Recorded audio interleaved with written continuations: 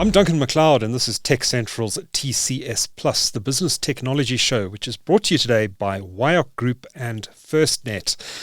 I'm joined in the studio today by WIOCC's Carlos de Almeida. Carlos is a director for sales for South Africa at WIOCC, and he's joined in the studio today by Sean van Niekerk, GM of FirstNet Technology Services, which has just concluded an interesting deal with WIOCC for the supply of capacity on the new 2Africa submarine cable. Gentlemen, welcome. Thank you for making the time. Thank you, Duncan. Thank you, Duncan. Good to be here. Great. Well, Carlos, sounds like a very interesting deal. I'm quite excited to learn more actually about the 2Africa cable system and how that's progressing. So let's do that. But before we chat about 2Africa, just tell me a bit about WIOCC for our viewers and listeners who probably heard of the name but perhaps are not aware of everything it does. Give us the quick pitch. Sure, absolutely. The 45-second elevator speech. So WIOCC stands for West Indian Ocean Cable Company and is a connectivity company. It's a carrier of carriers. Our DNA is to provide connectivity, IPT services, metro services, submarine connectivity to operators. So we do not deal with the end user. So wholesale only. Wholesale only, and we only deal with partners like FirstNet, which will then take these services and onward sell them or add and overlay their magic, their value-added services on top of this infrastructure, and then position these to the end users. And those end users can be a variety of end users, can be FTTB, FTTH, can be small operators as well. So that is the connectivity side of the business. Then we have the colocation business, which is open access data center, where we provide colocation power and remote hands again to operators. In this instance, the colocation business is open to end users. I would say the enterprise market, because there is no conflict between what the data center business does and the colocation does. We actually, the business is actually separated, and clients are not forced to take one and the other. They can either take colocation business from us and stop there and bring their own connectivity of choice, or they can take colocation from us together with connectivity from WIOCC. Okay. So that is in a nutshell. And you operate right across the African continent. It's not only South Africa. Yes, we operate right across the African continent. We have we actually own a number of submarine cables around Africa, the likes of Ikiano. We have a 30% stake on WIOCC and EC. And obviously we own fibre pair on 2Africa. And the name, of course, the West Indian Ocean Cable Company comes from your origins as an investor in the Easy Cable, which runs along Africa's east coast. But the business is better known today as simply WIOCC. Precisely. Yeah. Precisely. Okay. So tell us a bit about the 2Africa cable system. It's often associated with Meta Platforms because they're one of the investors and probably the most famous investor in the system. But tell us about 2Africa. What is it? How did you get involved? What is your investment?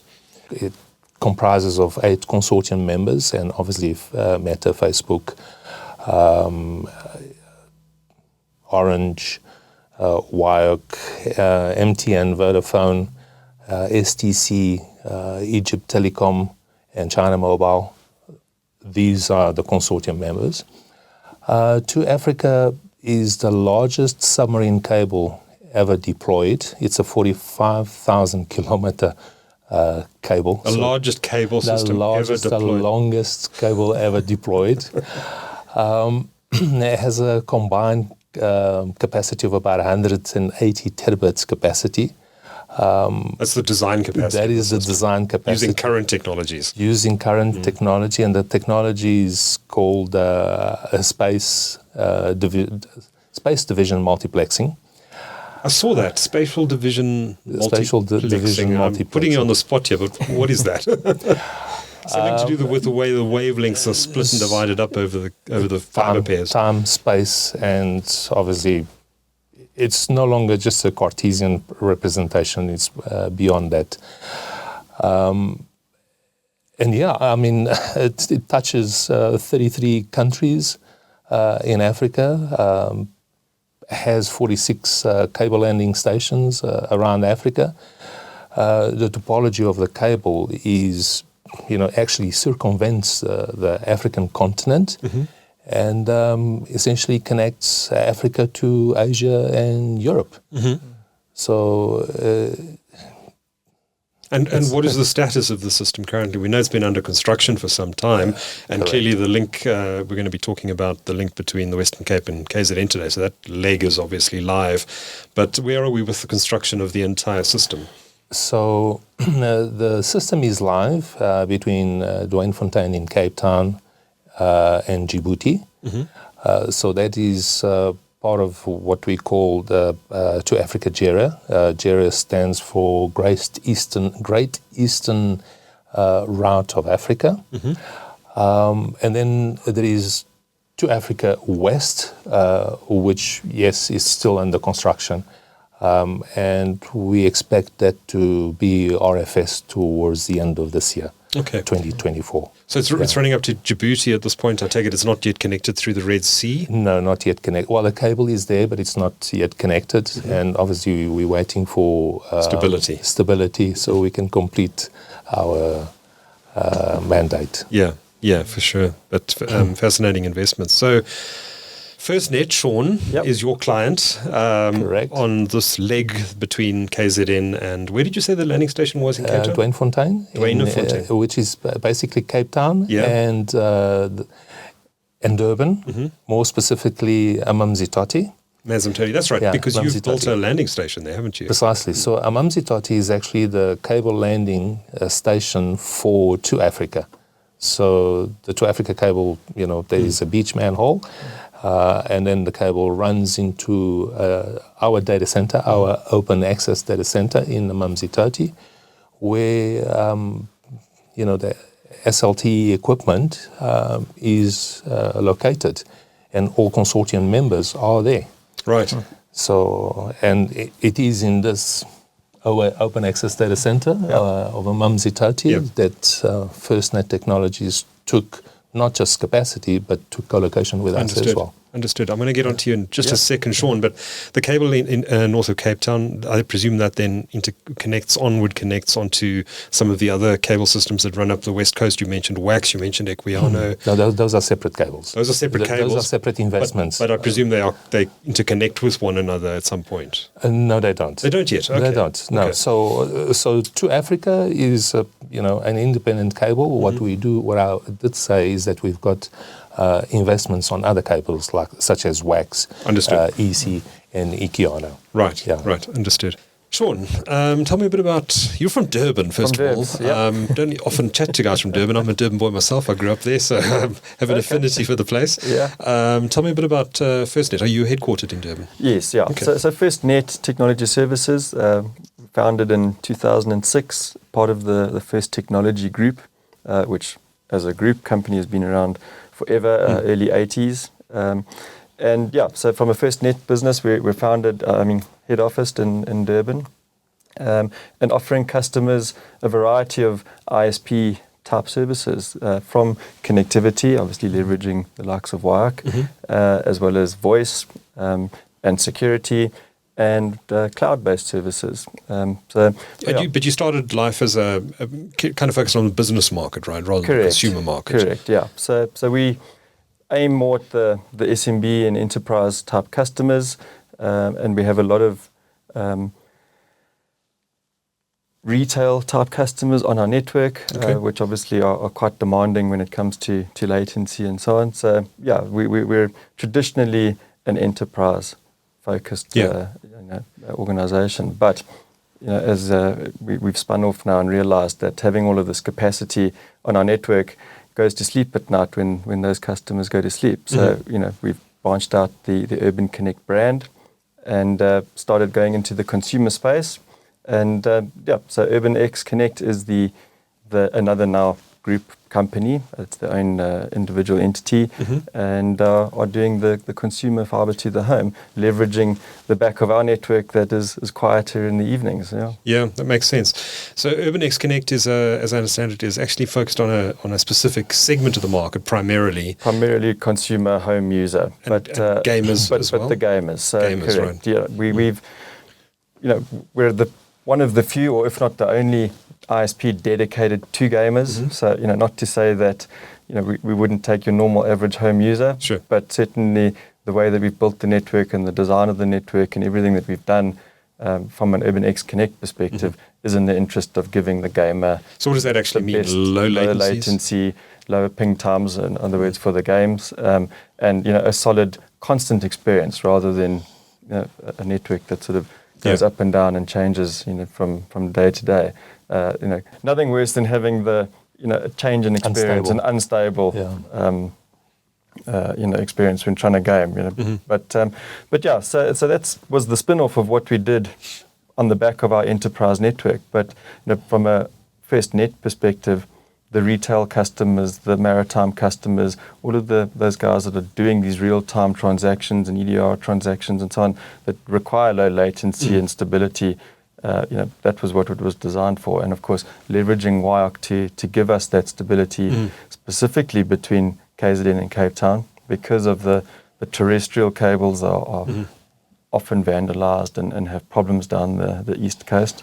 So, moving that now out to sea has brought a lot better experience and a constant experience to the customers. So just so I'm clear on this, is it really designed at connecting, say, data centers that are located in Cape Town with users who are in Durban and vice versa? Correct. So obviously, customers have branch offices all over the continent or all over Southern Africa, and we're using the WIOCC capacity to connect data centers and be able to establish the main POPs of our network in those regions, and then we branch out from there to service the customer requirements. So, but yes, it's typically to connect the data centers together, and thus then being able to provide wide area network connectivity to customers that have branches in both locations. So you're live today on 2Africa. Yes, we are. How are you finding the performance? It's been fantastic. So, it's only been running for about a month now, and so far, absolutely no issues with it. It's been stable. We haven't had one blip. So,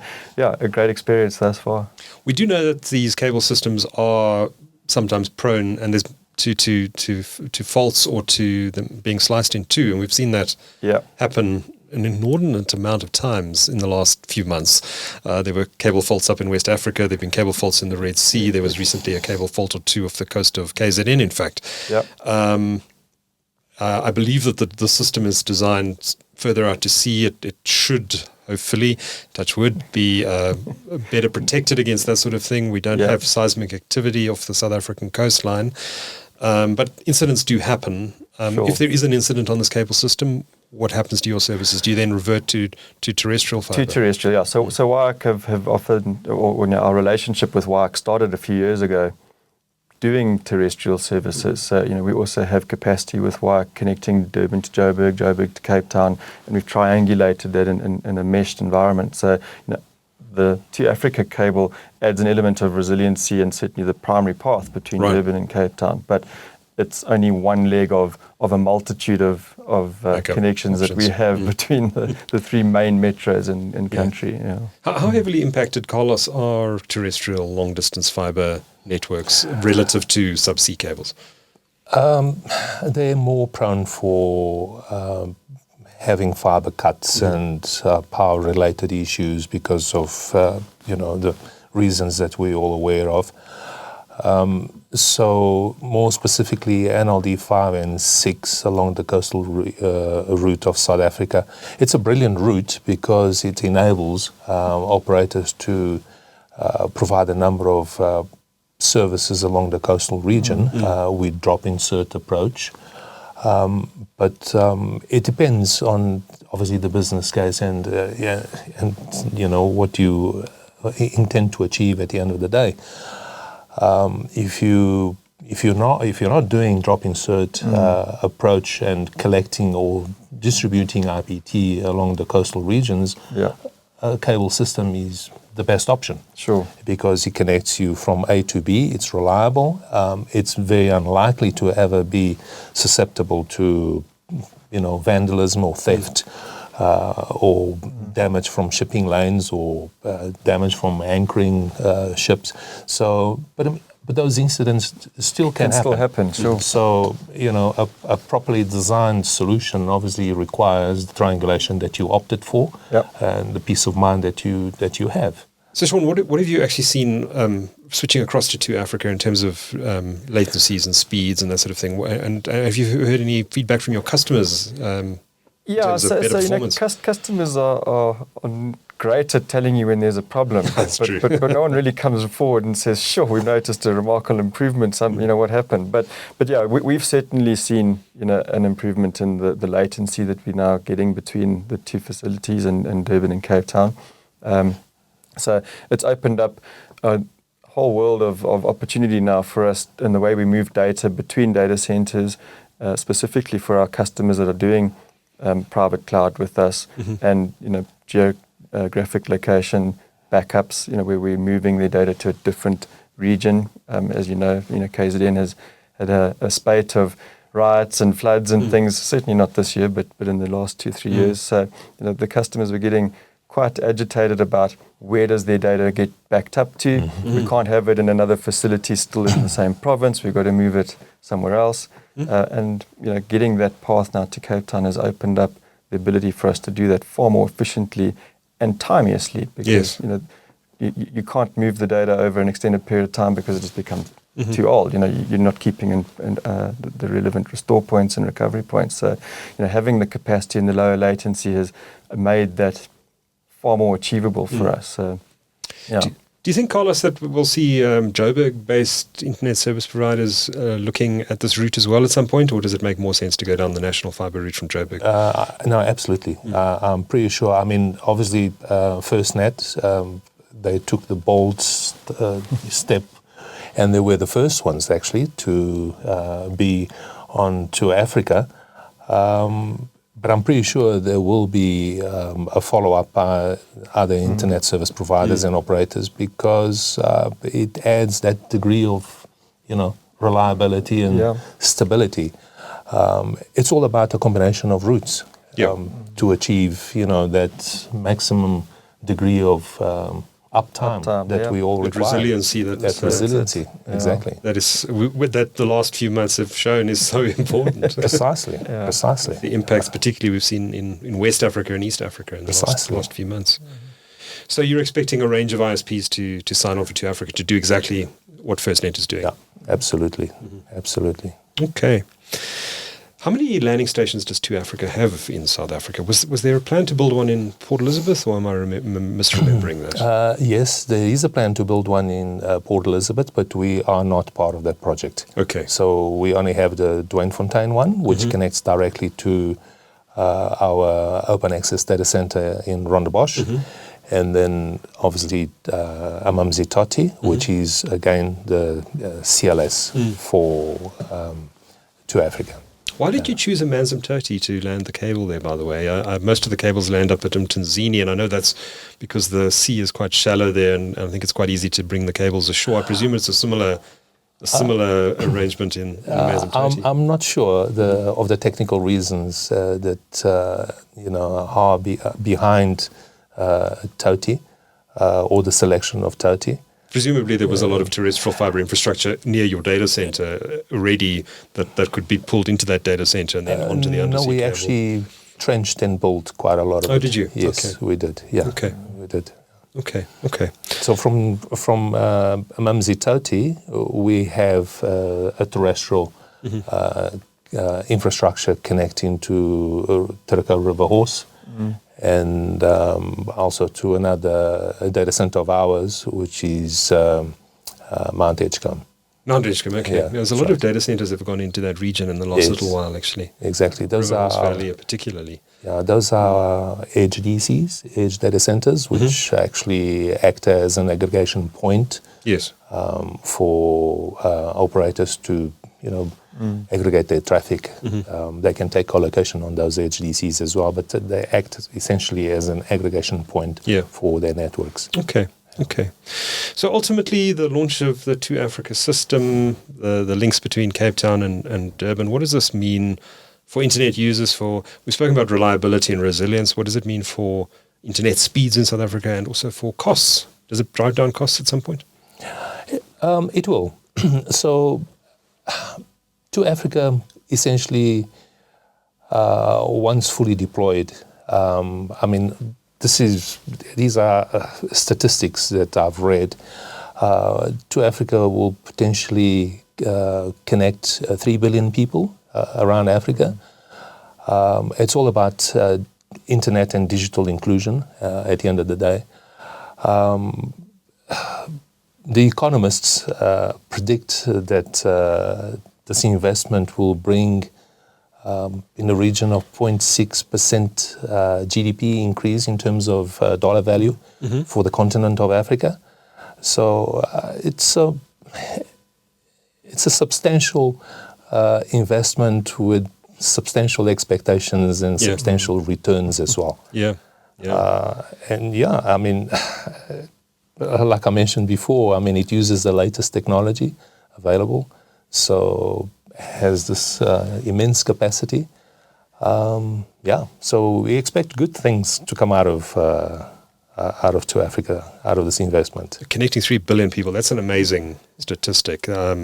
That's more than a third of the global population impacted by one cable system. Precisely. Just gives you an idea of the scale of the system. But 45,000 kilometers, 3 continents, 33 countries, 3 billion people, and 180 terabits per second. And that's using current technology, presumably the dense wave division multiplexing or the spatial division multiplexing that 2Africa is using. That'll be improved over time as well. And that 180 figure could, in fact, double or triple over time. Yeah.